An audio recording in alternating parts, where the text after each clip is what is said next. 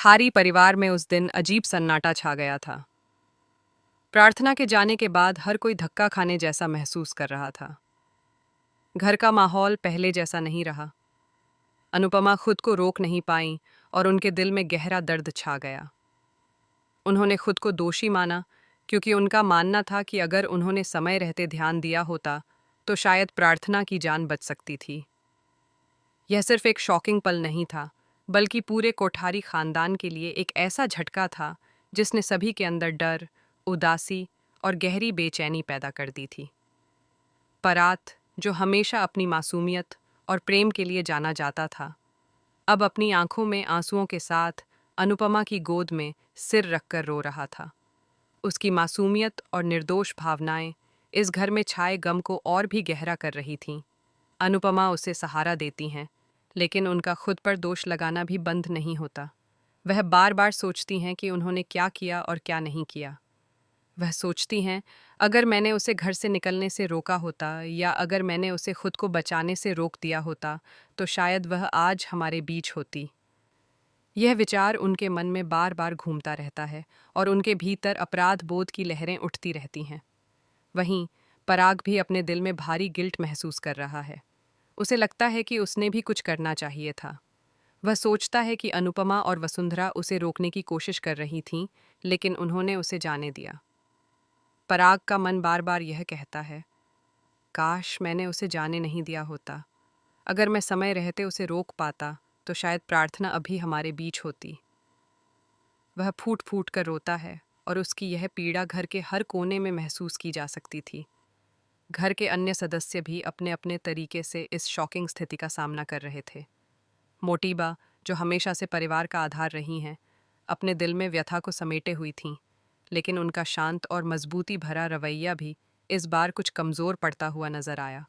वे जानती थीं कि यह केवल किस्मत की मार है और किसी की गलती नहीं है, फिर भी यह दुख उन्हें भी अंदर तक हिला रहा था। उन्होंने पूरे परिवार को समझाने की कोशिश की कि किसी की कोई गलती नहीं है, ये सब किस्मत का खेल है। जिसकी किस्मत जैसी होगी वैसा ही होगा। अनुपमा और पराग दोनों इस गहरे गिल्ट में जी रहे थे। उनके अंदर का दर्द इतना बड़ा था कि उसे शब्दों में व्यक्त करना मुश्किल था। अनुपमा लगातार सोच रही थीं कि प्रार्थना की जान बचाई जा सकती थी या नहीं। उनका मन बार बार यह सवाल कर रहा था कि क्या उन्होंने सही निर्णय लिया था या नहीं। हर छोटी छोटी बात उन्हें याद आती थी। प्रार्थना की हंसी, उसकी मासूमियत, उसका हर छोटा छोटा कदम, सब अनुपमा और पराग के लिए अब अनमोल यादें बन गई थीं। इस दुखद स्थिति ने पूरे कोठारी खानदान को बदल दिया था। पहले जहां परिवार में हर कोई अपने अपने काम और जीवन में व्यस्त था, अब हर कोई इस शॉकिंग स्थिति का सामना कर रहा था। घर की दीवारें, जो कभी हंसी और खुशी की गवाही देती थीं, अब चुप थीं। हर कोई अपने अंदर की भावनाओं को समेटे हुए था। अनुपमा की मानसिक स्थिति भी इस दौरान बेहद संवेदनशील हो गई थी। वह बार बार अपने आप से पूछ रही थीं कि क्या उन्होंने सही किया। वह अपने गिल्ट और अपराध बोध के बीच उलझी हुई थीं। वह जानती थीं कि प्रार्थना की मौत किसी की गलती नहीं थी, लेकिन उनका दिल और मन लगातार उन्हें दोषी मान रहे थे। अनुपमा की आंखों में आंसू, उनके दिल की पीड़ा और उनकी भावनाओं की गहराई घर के हर सदस्य को महसूस हो रही थी। वहीं पराग भी इसी गिल्ट में उलझा हुआ था। उसने महसूस किया कि जीवन की अनिश्चितता कितनी अप्रत्याशित हो सकती है। वह सोचता रहा कि उसने क्या खो दिया और क्या उसे करना चाहिए था।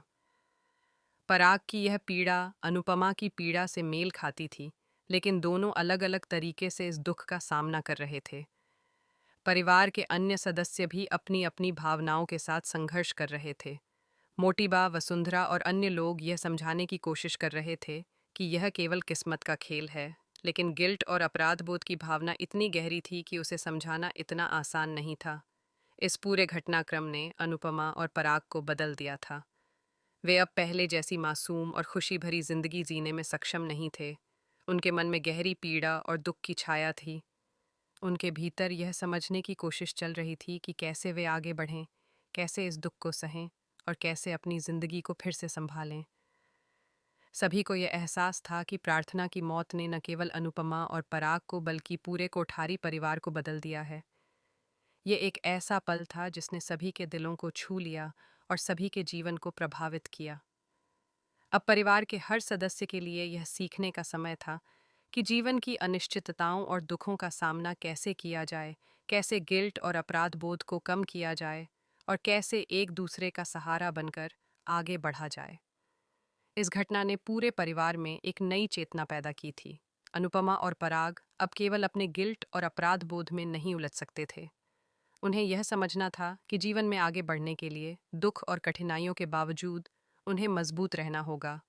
परिवार के सभी सदस्य अब एक दूसरे का सहारा बनने और मिलकर इस कठिन समय का सामना करने की कोशिश करने लगे। घर की दीवारों में अब भी प्रार्थना की यादें गूंज रही थीं। उसकी हंसी, उसके कदम, उसके छोटे छोटे पल, ये सब अनुपमा और पराग के दिलों में हमेशा के लिए बस गए थे। लेकिन इस गहरे दुख के बावजूद उन्हें यह भी समझना था कि जीवन चलता रहता है और आगे बढ़ना ही उनके लिए सबसे बड़ी चुनौती थी। इस पूरे ट्रैक ने दर्शकों के दिलों को भी छू लिया। यह कहानी सिर्फ एक दुखद घटना नहीं थी, बल्कि जीवन के संघर्ष, गिल्ट, अपराध बोध और परिवार की अहमियत को दिखाने वाला